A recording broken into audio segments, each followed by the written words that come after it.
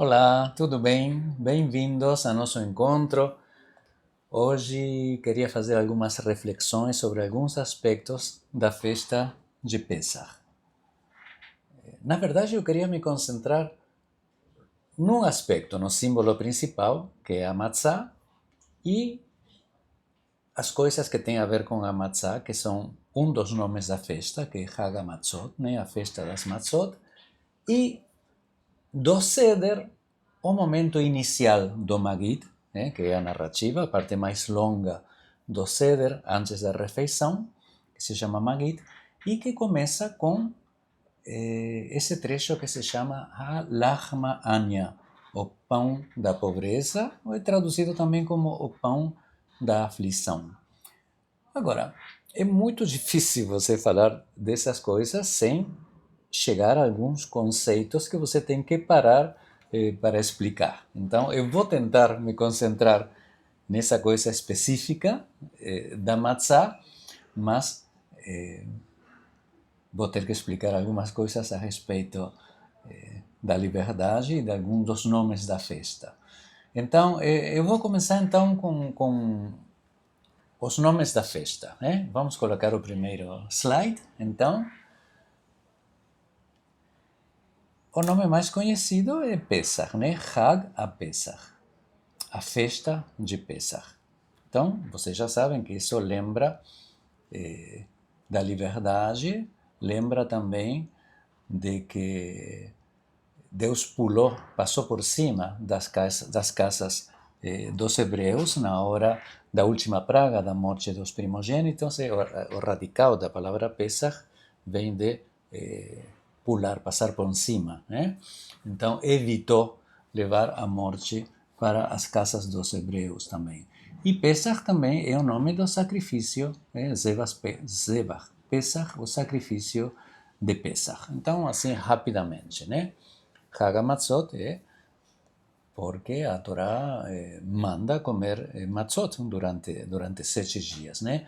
Evitar, são pães ázimos, não levedados, e evitar qualquer tipo de levedura, né?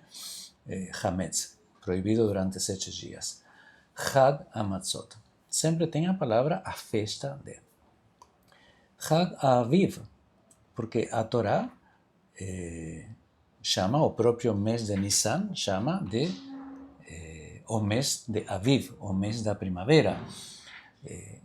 A primavera, símbolo do renascimento também, a primavera é tão importante que o calendário judaico se ajeita sempre para que Pesach caia na primavera. Vocês sabem que o calendário judaico, diferente do calendário gregoriano, nosso calendário civil, aqui o calendário é solar. Quer dizer, um ano é o tempo que demora a Terra andar a volta ao redor do Sol. E isso são 365 dias e um quarto. Então é bastante fácil acertar essa conta, porque se juntam 4 quartos a cada 4 anos e se coloca mais um dia no mês de fevereiro e estamos acertados com a astronomia, né? No caso do calendário judaico é bem mais complicado porque ele é lunisolar. Quer dizer, ele é solar, mas os meses são lunares. Então, os meses, um mês é o tempo que a Lua demora a dar uma volta ao redor da Terra. E isso demora 29 dias e meio. Então, quando você soma os 12 meses do calendário hebraico, que tem 5 meses que tem 29 dias, outros 5 meses que tem 30 dias, e outros 2 meses que às vezes tem 30, às vezes tem 29, somando tudo isso, ainda não chega a Terra a chegar ao ponto em que partiu, né? Então, é muito mais difícil. Aí tem 11 dias de diferença com os 365 dias e um quarto. Então, aí tem uma conta bem complicada, que são esses meses. Já não é mais um dia como em fevereiro, mas a cada tanto é acrescentado um mês. Então tem anos, o ano se chama embolismal ou embolísmico, né? Bissexto, na verdade, não seria correto. Bissexto, se você procura, pesquisa, você vai ver que bissexto é o ano, como no calendário gregoriano, que se acrescenta um dia ao mês de fevereiro. Então, esse é um ano bissexto. Mas o ano hebraico, em que se acrescenta mais um mês, o termo correto é embolísmico, ou embolismal. Então, a conta é bem complicada, não podemos entrar nisso agora, mas num ciclo de 19 anos, tem 7 anos que são com mais, que tem 13 meses, E o mês que se acrescenta se chama Adar I. Também tem outro erro aí, você pode pesquisar, você vai ver. Quando tem 13 meses, o Adar II é o mês que carregou tudo que tinha no ano anterior, Todas as festas, a festa de Purim, por exemplo, e os aniversários, os Yahrzeit, o aniversário de falecimento, tudo é no mês de Adar II. E o que se acrescenta se chama Adar I. É muito, muito, muito. A gente ouviu e vai continuar ouvindo a vida toda que num ano de 13 meses se acrescenta um mês que se chama Adar II. Está errado. O que se acrescenta é o mês anterior, Adar I. Muito bem. Então, e sempre essas contas estão de olho na festa de Pesach, que continue acontecendo na primavera. Então, é a festa da primavera. O quarto nome, ainda estamos com o slide mostrando, Richard? Estamos com o slide, perfeito. O quarto nome não começa com a palavra Hag. A festa da nossa liberdade é Hag Herutenu. Se fala Zeman Herutenu, a época da nossa libertação, da nossa liberdade. Essa forma de chamar uma festa, todas as 3 festas bíblicas, as 3 festas da Torá, Pesach, Shavuot e Sukkot, os Shalosh Regalim, todas têm, entre seus nomes, tem um Zeman. Zeman é a festa da nossa liberdade, em Shavuot é Zeman Matan Toratenu, a época que recebemos a Torá, e em Sukkot, Zeman Simchatenu. Esse Zeman confere à festa uma questão de atemporalidade. Isso por quê? Porque é o que nós fazemos o tempo inteiro, tentando ler as nossas fontes, os nossos rituais, as ideias originais que inspiraram um ritual, as ideias que estão por trás de uma lei também tinha uma intenção. O escritor bíblico teve alguma intenção na hora de escrever uma lei. Tentar ler tudo isso como metáforas de ideias que podemos trazer para o dia de hoje. E nós vamos ver que, mesmo traduzindo com linguagem de hoje, para questões existenciais, a ideia é a mesma. De repente, parece uma leitura que tira a coisa original, que está te ancorando a um evento histórico ou mitológico, que está te ancorando à memória, E na verdade não está, não. Você continua, como membro desse povo, você continua sempre com a memória e o agradecimento pelo nascimento desse povo como um povo livre para uma construção de um povo em liberdade, para a organização de uma nova sociedade com valores que são eternos até hoje. E na hora que nós reinterpretamos eles como sendo metáforas de questões existenciais para nós, hoje, na verdade, nós estamos com a mesma intenção. Quer dizer, uma nova leitura não tira de nós a questão da memória, do pertencimento e da celebração do que o povo coletivamente está lembrando. Então, esse Zeman Herutenu é o que nos dá a deixa de que a época da nossa liberdade não é uma questão somente de memória. Muito bem. Nós estamos celebrando em Pesach a saída do Egito. Saída do Egito, o tempo inteiro quando lemos a Torá, nós estamos lendo eu que te tirei do Egito. Quando abrimos o Sidur, então, Deus o tempo inteiro lembra que tirei você do Egito, da casa da escravidão. Então, Yetziat Mitzrayim, o que se chama Yetziat Mitzrayim, a saída do Egito, é o evento fundacional do nascimento desse povo como povo livre, né? Aí tem toda aquela coisa, sair da liberdade, para quê? Né? Então, a ideia de o que se faz com essa liberdade. Então, o misticismo diz que o momento da escravidão foi o momento mais baixo espiritualmente do povo judeu, e o momento mais alto, claro, foi 50 dias depois, o recebimento, a aceitação da Torá.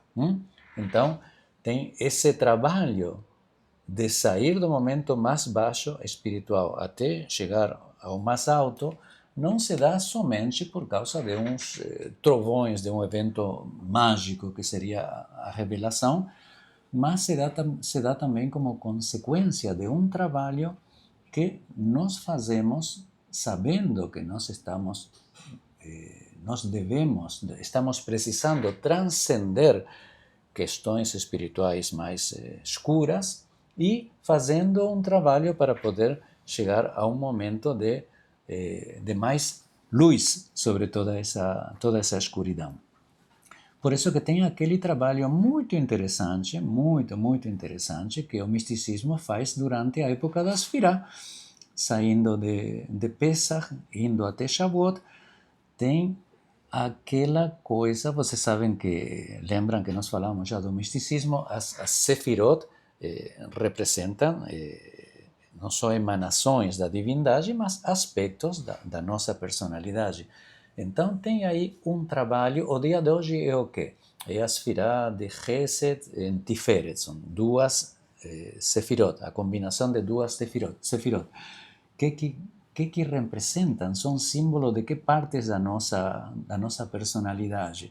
Então, naquele dia você faz um trabalho de autoanálise para ver como você pode evoluir, trabalhando com esses dois aspectos da tua personalidade. Então, vocês veem que a evolução pessoal e a evolução espiritual, energética, é a mesma coisa, elas vão juntas. Então, esse trabalho de crescimento nos conduz a um momento mais iluminado, por assim dizer, né? Muito bem. Então, queria continuar com esse assunto de Yetziat Mitzrayim, a saída do Egito, e me chamou a atenção que, por exemplo, no Kiddush de Erev Shabbat, do Kabbalat Shabbat, do Kiddush da sexta-feira de noite, nós temos uma coisa bastante chamativa. A gente canta no Kiddush, canta assim, Ki hu yom techila lemikra'ei kodesh, zecher litziat Mitzrayim, Ki hu yom techila lemikra'ei kodesh, porque ele, o Shabbat, é o primeiro dos dias santificados, lembrança da saída do Egito. Mas espera aí, Deus não descansou no sétimo dia e então o santificou, que vo Shabbat mikol melachto, porque nele descansou de toda a sua obra, de toda a obra que tinha feito. O que tem a ver esse dia santificado no ato da criação com a saída do Egito, que seria um evento histórico que aconteceu um pouquinho depois da criação do mundo? O que significa isso? Então, procurei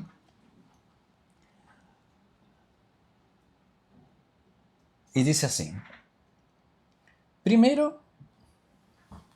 por causa do descanso. No Egito não havia descanso. O escravo não pode decidir que ele descansa hoje ou que tem um dia de descanso. o Shabat, o quarto mandamento, é o contrário da escravidão.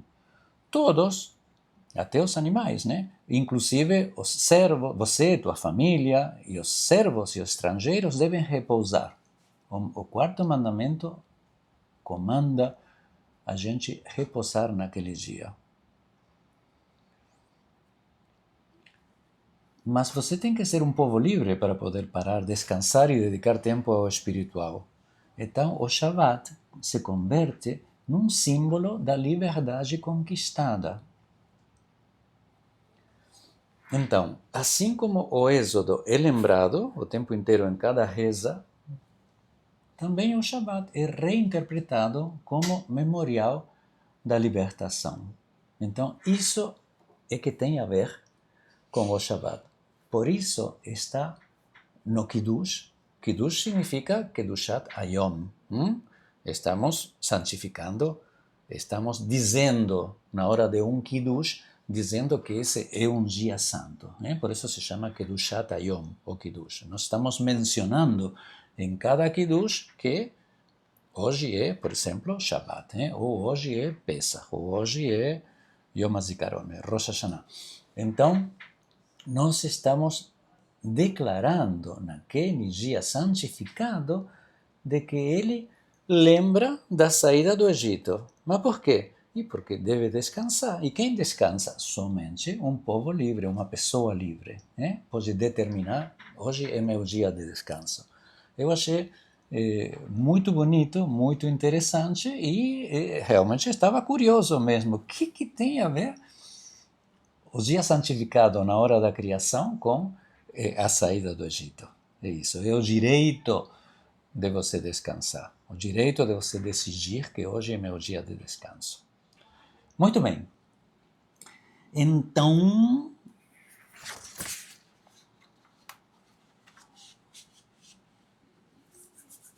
vamos a ver o que acontece então com a matzá, antes de chegar lá a nossa cerimônia de dentro do Seder, que é o Alahmani, né? Muito bem. O pão é o símbolo da necessidade material básica da humanidade, o alimento. É o mínimo necessário para aspirar a qualquer outro tipo de desenvolvimento. Uma pessoa que tem fome, você não pode pretender dele outro tipo de atitudes, outro tipo de pensamentos, outro tipo de procuras, porque onde há fome não há crescimento, há urgência. Então, todos devemos garantir que ninguém fique sem o básico. Está escrito na Haggadah, todo aquele que tem fome que venha e coma, no Seder, Este é o propósito, para convidar ao Seder alguém que não tem condições materiais. Mas, agora vamos ver no texto que se convida também aquele que, kol ditzrich, aquele que precisa, quer dizer, aquele necessitado. Quer dizer, se já falou daquele que está faminto, que venha e coma, diz kol ditzrich yeitei veifsach, todo aquele necessitado que venha e que celebre o Pesach. Quer dizer, você também tem que cuidar de que venha e celebre com você alguém que está aflito, por exemplo, por isso é necessitado. Alguém que está aflito, não precisa ser uma pessoa faminta, pode ser uma pessoa que não tem problemas de alimentação, mas ele pode estar sozinho, ele pode não ter onde celebrar Pesach, por isso também a matzá, que é conhecida como lechem oni, o pão da pobreza, é também conhecida como o pão da aflição. De novo, evidentemente está se referindo à aflição dos escravos no Egito, que amarguraram, diz vai mareru et chayeyem, os egípcios amarguraram a sua vida com avodah kashá, com trabalho pesado, mas nós estamos de novo lendo essa aflição como alguma coisa que nos oprime ou nos escraviza dentro de nós, e nós temos que trabalhar para transcender. Muito bem. Também a matzá acabou sendo símbolo de simplicidade e humildade. Pela sua própria fabricação, é uma coisa rápida, né?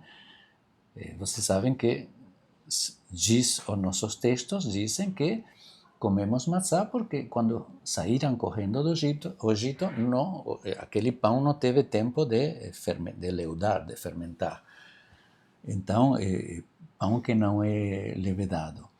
Mas acabou sendo uma forma de se fazer pão muito humilde, muito simples. Então, acabou sendo não somente lembrança da aflição por causa de que não levedou porque tiveram que sair correndo, mas acabou tendo uma lembrança positiva de humildade e de simplicidade. Porque os seres humanos não precisam de grande banquete, mas precisam do sustento básico, né? Isso é o mínimo que tem que ser garantido. Então, o contexto ritual, então, que nós temos que comer durante o seder. Segundo a lei judaica, temos que fazer seder na primeira e na segunda, nas 2 primeiras noites, e consumimos a matzá como manda a Torá durante 7 dias. Claro, é um ato de memória coletiva da opressão, da necessidade de manter viva a consciência histórica da escravidão. Né? Muito bem. É um símbolo central de Pesach, né? E como fazemos sempre, procuramos fazer a leitura que considera os textos, as ideias, as leis e os rituais, transcendendo o aspecto ritual e aquela âncora com o passado para se tornar metáforas existenciais. Né? Então, assim a matzá representa a libertação da condição humana de escravidão e de aflição. Ou seja, é uma lembrança e um estímulo para o nosso trabalho de nos libertarmos de certos condicionamentos, né? Do trabalho para a liberdade interior. Às vezes o caminho para essa salvação, essa libertação, é traçado por esse nosso trabalho, mas mesmo às vezes trabalhando com afinco, o mar não se abre tão facilmente e a gente tem que continuar, às vezes, atravessando a nado, né? Mas, e às vezes, o Egito, do qual você está dizendo que quer se libertar, ele continua dentro de você e se resiste a sair, e esse é o nosso trabalho de evolução, né? Mas para isso precisa, primeiro, consciência. Você tem que saber de que você está querendo, que paradigmas, que coisas está querendo transcender, colocá-las em cima da mesa. Isso nem sempre é o mais fácil. Depois precisa coragem, precisa tomar uma decisão. E depois precisa investir nesse trabalho que dura só até o final da nossa vida. Muito bem. Por quê? Porque sempre há dentro de você, dentro de nós, um faraó que não quer te soltar. Quer que você continue agindo segundo o que ele comanda, né? Amargurando tua vida, né? Que diz, os egípcios amarguraram a vida dos hebreus, te chicotando com seus paradigmas, fazendo você viver uma vida que você vive achando que não há outra. São padrões, medos, crenças que nos aprisionam e insistem que a vida é assim mesmo. Tudo isso é teu faraó. É a gente mesmo, né? É parte de nós mesmos. E é uma resistência à mudança que o ser humano tem, é uma zona de conforto, né? Que acaba sendo uma espécie de se acostumar com o ruim, como um apego, né? Ao que está ruim, mas é ruim mais conhecido, né? São características do ser humano, 100% das pessoas, né? Mas que pode se transcender com trabalho. Então, Pesach se torna metáfora dos nossos próprios egitos internos, nossos próprios faraós internos, nossas próprias escravidões internas que nos aprisionam em padrões de repetição e conformismo. Mas também nós temos dentro de nós um Moshe, um Moisés que quer te libertar para fazer de você um novo ser com novos valores, dando passos firmes em direção a uma terra prometida, mesmo que não seja de um dia para outro, embora não precise demorar 40 anos, né? Teu Moisés interno é teu impulso para se libertar, é a metáfora do líder que nos impulsiona a atravessar o mar, mesmo sem garantias, simbolizando nossa coragem e confiança, nossa fé no processo de libertação. É como um sacramento de confiança, né? É aceitar a travessia mesmo sem garantias e é um gesto de esperança e de abertura para o novo. A travessia é nosso permanente trabalho de evolução psicológica e espiritual, né? A travessia do mar é a metáfora da transformação existencial. Mas devemos ter consciência desses nossos faraós e Moisés internos e tomar a decisão, né? Você tem que escolher qual é a voz, né? Lembra que se diz também que o ser humano tem dentro de si o impulso para o bem, o impulso para o mal, e qual ganha, diz aquele conto racídico, aquele que você der atenção, né? Nós somos capazes de maravilhas e de coisas ruins também. Então, a mesma coisa acontece com nosso faraó interno e nossos Moisés internos, né? Bom, em resumo, então, a matzá é um dos símbolos mais densos do Pesach, mais do que um elemento ritual, é um signo existencial que remete à condição humana de escravidão e à urgência da libertação, possibilidade de transcendência, um convite à liberdade.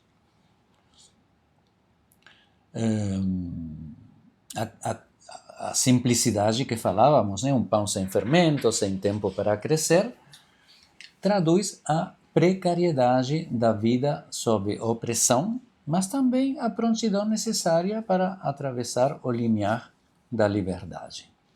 Comer a matzá, portanto, é um gesto de memória e de esperança que nos coloca diante da tensão entre aflição e transcendência, entre pobreza e confiança, entre escravidão e liberdade, né? Assim, a matzá nos coloca diante da dialética entre aflição e liberdade. E também nos mostra, claro, que a liberdade não é um estado final, mas é um processo contínuo que se renova a cada geração e em cada vida também.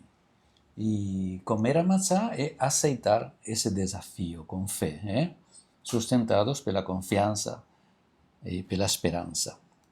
Assim, então, se une a história, o ritual e a existência num gesto que nos convida a transcender tudo aquilo que precisamos transcender buscando a nossa liberdade, né? Ir soltando nossas escravidão que são as nossas correntes que nos amarram a paradigmas, esquemas, né?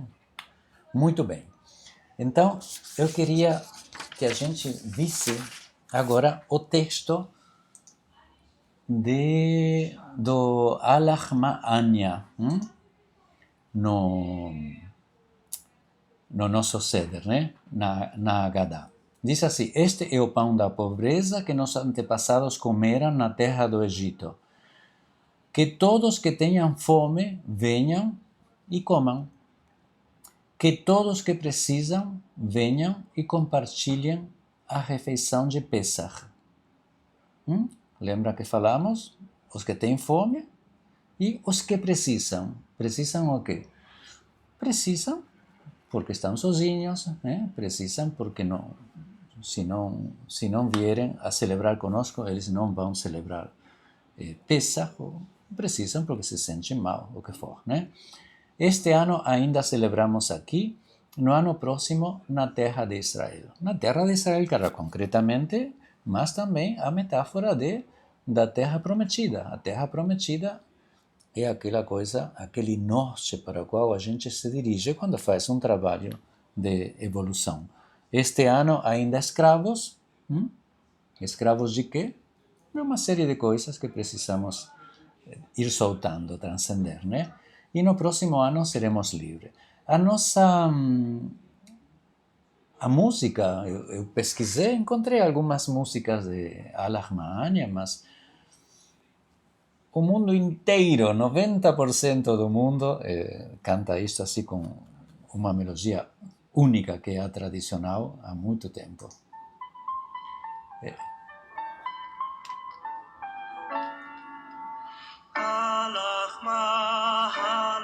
عن يدي أخلو أبهتنا بيارا دمترهيم بيارا دمترهيم قل بخفين يتهل يخول قل بطريخ يتهل يفسخ الشطاخة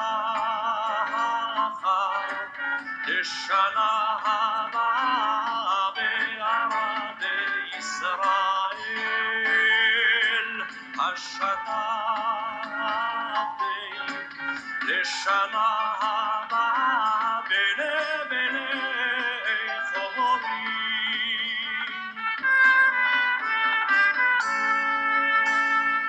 הלכמה أن يدي أخلو وبهتنا بأرى دمترهيم بأرى دمترهيم قل بخفين يتهل يخول قل بطريخ يتهل يفسخ الشطاخة الشنا بأرض إسرائيل الشنا الشنا بني خوري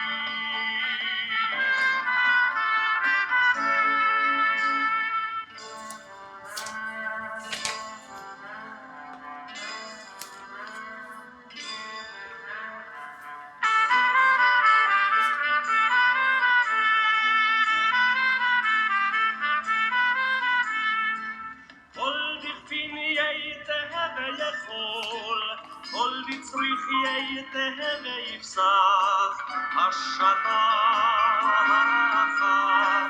לשנה הבאה בערד ישראל השטחה לשנה הבאה בני חורי. Pronto, voltamos.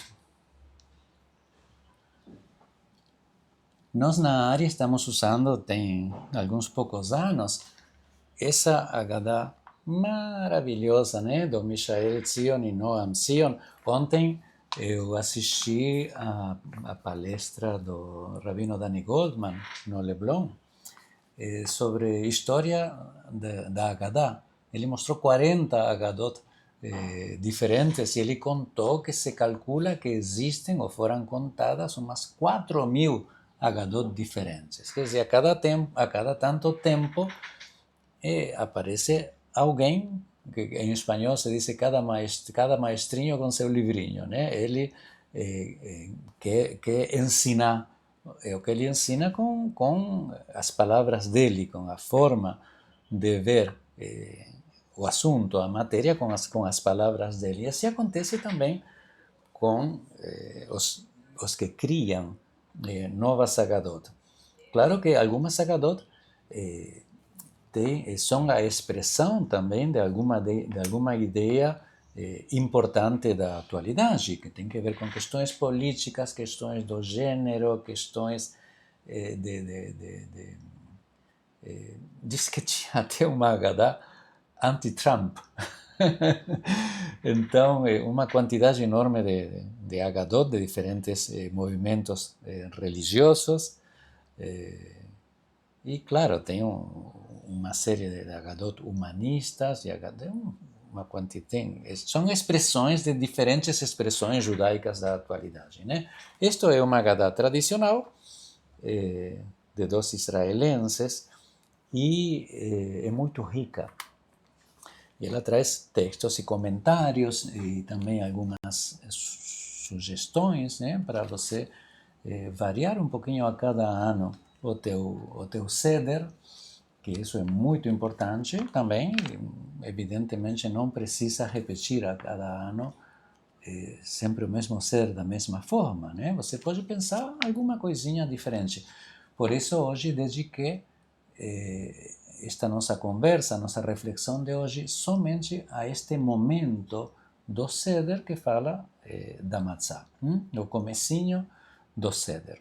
Eu queria ler para você desta Haggadah um texto do Rabino Soloveitchik, né? Muito bonito, que fala necessitados, mas não pobres, que é o que nós estávamos falando, o Al-Ahmanya, que acabamos de ouvir, convida, né? Que todos que tenham fome venham e comam, e que todos que precisam venham e compartilhem a celebração, a refeição de Pesach. O texto diz assim: embora os dois convites que expressamos em Al-Ahmanya, deixe que todos que tenham fome, kol dichvin, venham e comam, né? E deixem que todos em dificuldades, kol ditzrich, venham e compartilhem a refeição de Pesach. A tradução de ditzrich, né, vem de tzarich, de necessitar, são todos os necessitados. Aqui ele traduz como que as pessoas em dificuldade. Está perfeito. Parecem inicialmente esses dois convites redundantes, mas na realidade não são. Kol ditzrich significa aqueles necessitados, mas não com necessidade de pão. Quem quer que necessite pão, dichvin, está faminto. Kol ditzrich se refere à pessoa que está sozinha, que tem muita matzá e vinho, mas não tem lar ou família. De fato, existem vários modos de ser incluído entre os kol ditzrich. O convite a todos em dificuldade não é yeitei veichol, venham e comam conosco, mas basicamente yeitei veifsach, venham e celebrem Ifsach de Pesach, né? Celebrem conosco a festa. É um convite dirigido às pessoas desafortunadas ou sozinhas. Elas podem ser milionárias, é completamente irrelevante. Quem quer que esteja necessitado, venha e comemore. Al-Ahmanya é a renovação de um compromisso de solidariedade entre o povo judeu, solidariedade entre indivíduo e entre indivíduo e a comunidade judaica como um todo. É uma proclamação de que somos um povo e de que estamos prontos a ajudar um ao outro. A noite de Pesach é uma noite de compartilhar. Se o sentido de solidariedade, responsabilidade, unidade e prontidão para compartilhar não estão manifestos e demonstrados, o Seder inteiro se torna sem significado. Lembrem o que nós falamos sempre. Tudo que é santificado, sacralizado, ou é porque você tem a intenção de sacralizar. Se o Seder, se o sentido de responsabilidade, solidariedade, unidade, prontidão para compartilhar não estão manifestos e demonstrados, se você não tem essa intenção, o Seder inteiro se torna um ritual vazio. Tudo que nós fazemos precisa da intenção, da atitude, de sabermos o que estamos fazendo. Nós santificamos a sinagoga. O edifício não é um lugar santo. O judaísmo não santifica espaços, lugares, santifica tempos.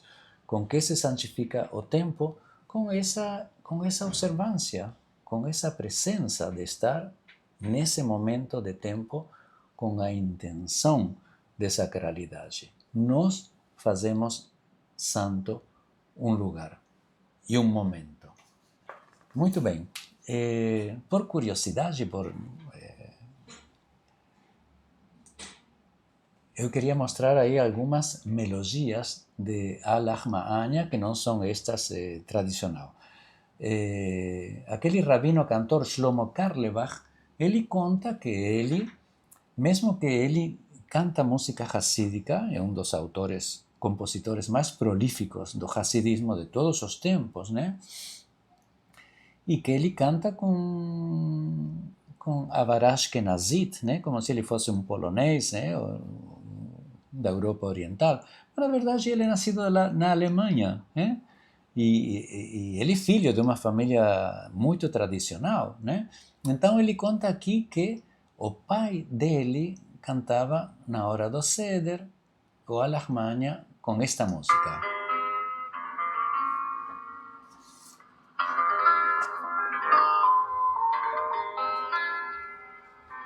You know, when we were little, we were sitting at my father's table.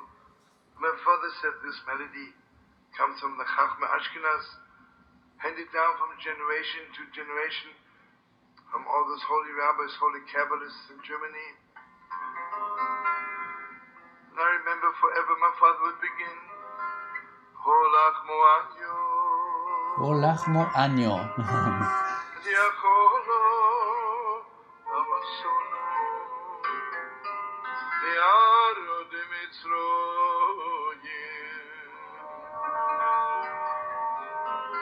Godefin, Yeseve Yecha, Godesreir, Yeseve Yipsa, Hoshato, Hoku, Shona Bom Yarud Yisroel, Hoshato, Hoshato Avdei, Shono Abo, Elechori.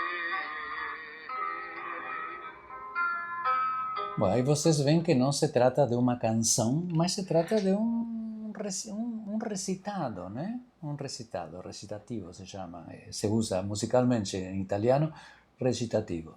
É uma forma de ler o texto com um modo musical típico do judaísmo ashkenazi, né?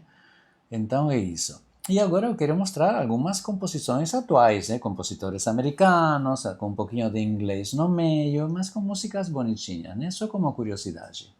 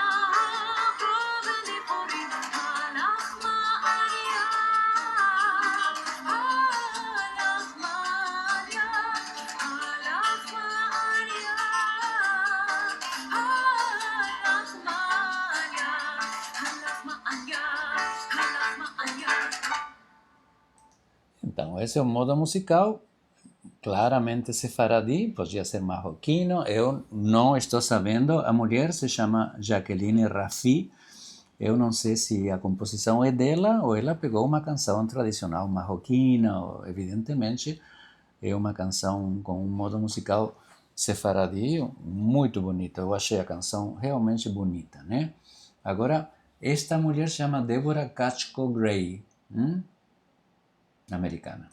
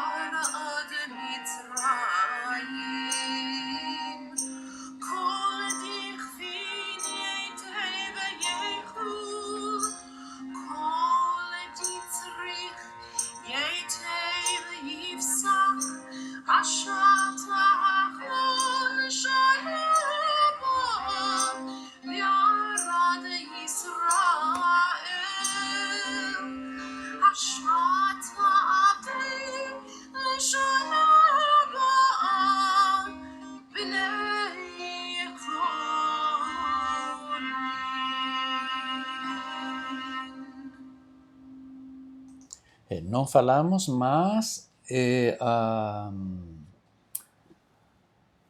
a canção, né, esse trecho está escrito em aramaico, não em hebraico, né? Então, em algumas versões diz Yeitei veiei hol, que venha e que coma, né? E em outras versões diz Yeitei veiei hul, com U, né? Muito bem. E a outra que eu queria mostrar,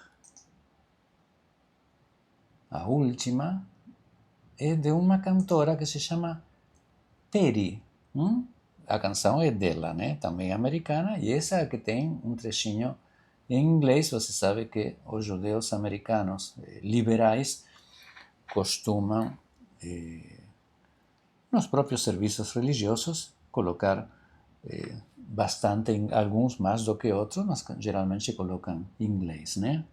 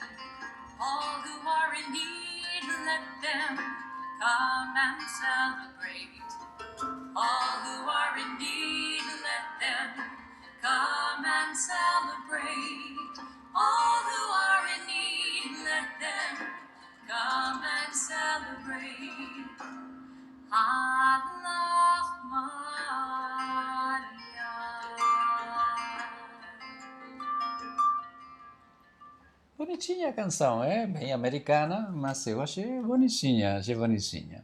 Muito bem. E para concluir, aqui tem uma possibilidade para fazermos nesse momento do Seder, no comecinho do Seder, que é isso aqui. Cada participante do Seder, quem quiser, né? Quem quiser, pode expressar quais são as coisas que considera básicas e essenciais, que não são materiais, que não podem ser compradas com dinheiro, né? E que gostaria que todos tivessem durante esse ano, né? E não faz mal se alguém repete, né? Por exemplo, se alguém diz, eu quero que esse ano não falte, além do básico material para todo mundo, né? Que não falte pão, eu quero que não falte saúde, né? Então, se o outro participante do Seder também quer mencionar saúde, está perfeito, né? E podem ser coisas como paz, liberdade, amor, amizade, ou frases claramente questões pessoais ou familiares, como que esse ano não falte na nossa família uma convivência harmoniosa, por exemplo, que não falte um beijo de boa noite, né? Que não falte saúde. Então, muito bem. Com isso, eu queria desejar a vocês um Pesach Sameach e que vocês tenham, de alguma forma, um seder significativo,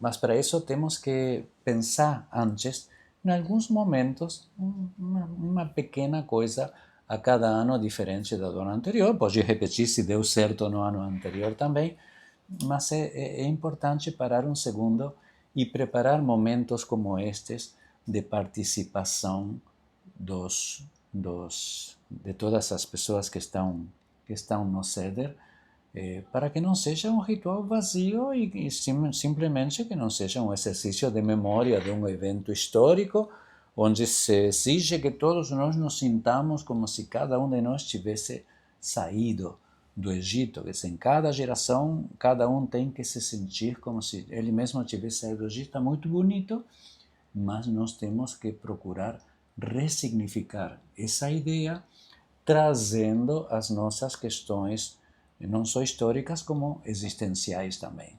Então, Pesach Sameach, tudo de bom. Até semana próxima.